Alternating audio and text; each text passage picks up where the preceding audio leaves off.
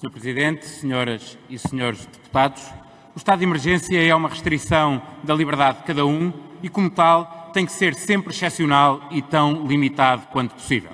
O facto de vivermos já numa situação em que vamos renovar pela segunda vez este estado de emergência faz com que tenhamos que reconhecer a todos os portugueses aquilo que é abdicarem do mais importante de todos os direitos, o direito à sua liberdade. Agradecer a todos e a cada um deles. Agradecer às famílias que se adaptaram ao trabalho à distância e que mais recentemente se adaptaram a conciliar isso com o acompanhamento das crianças, dos filhos que em casa têm que estudar também à distância. Aos idosos que tantas vezes estão sozinhos há muito tempo, sem poderem contactar com os seus familiares mais próximos, porque essa é a maneira mais eficaz de protegerem a sua saúde. O que não deixa de ser uma injustiça extremamente dura para estes idosos. Estes estiveram em casa, mas houve também os que não puderam ficar em casa, que saíram de casa para nos proteger. Os profissionais de saúde, os trabalhadores das instituições de solidariedade social, as forças e os serviços de segurança, os agentes de proteção civil, os professores que agora também se adaptam a uma nova forma de darem as suas aulas, os trabalhadores dos serviços públicos, os trabalhadores de tantos outros setores de atividade, do comércio, da indústria e da agricultura. E deixem-me que diga aqui uma coisa. Há uma ideia muito citadina de que o país está todo parado e que não há fábricas a trabalhar. Essa é uma ideia citadina, mas errada.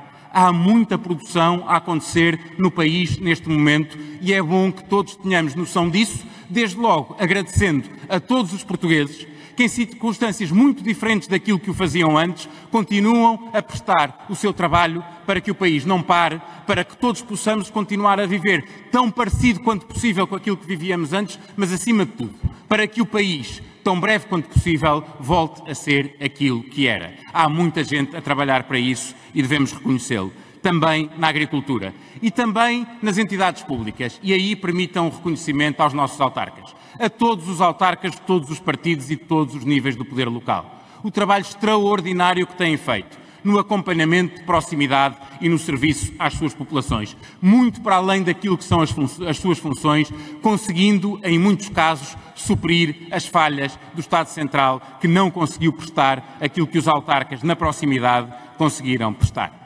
Mas todo este sentimento de gratidão em estado de emergência não pode inibir aquilo que é fundamental em democracia, a pluralidade e a diferença de opiniões.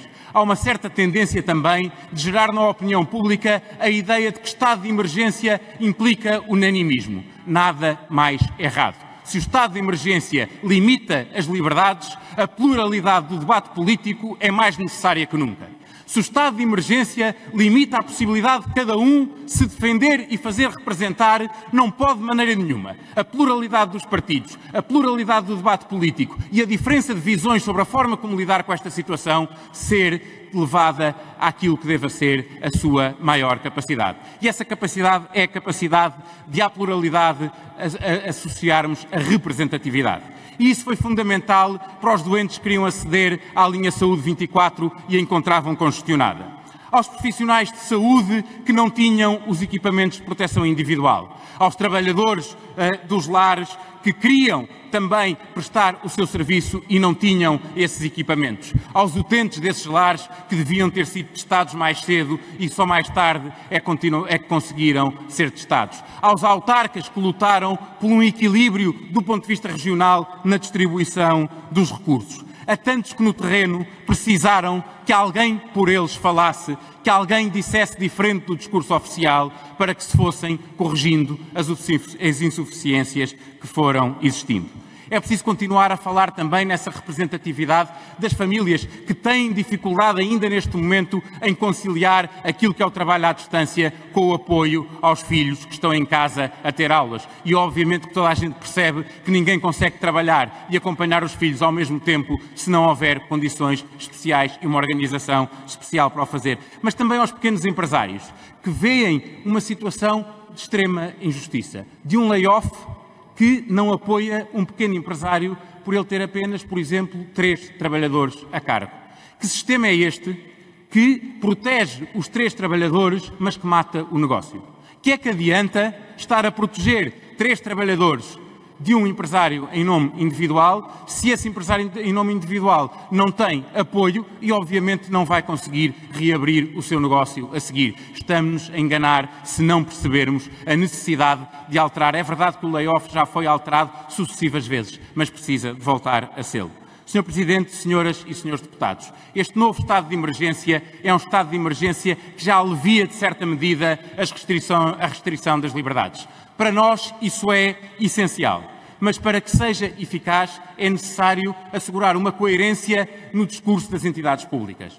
É fácil respeitar determinadas regras quando se está em casa. Se queremos que as pessoas comecem a sair, as entidades públicas não podem recomendar uma coisa num dia e uma coisa diferente no dia seguinte, porque as pessoas vão ter dificuldade em cumprir aquilo que lhes é. E vou terminar.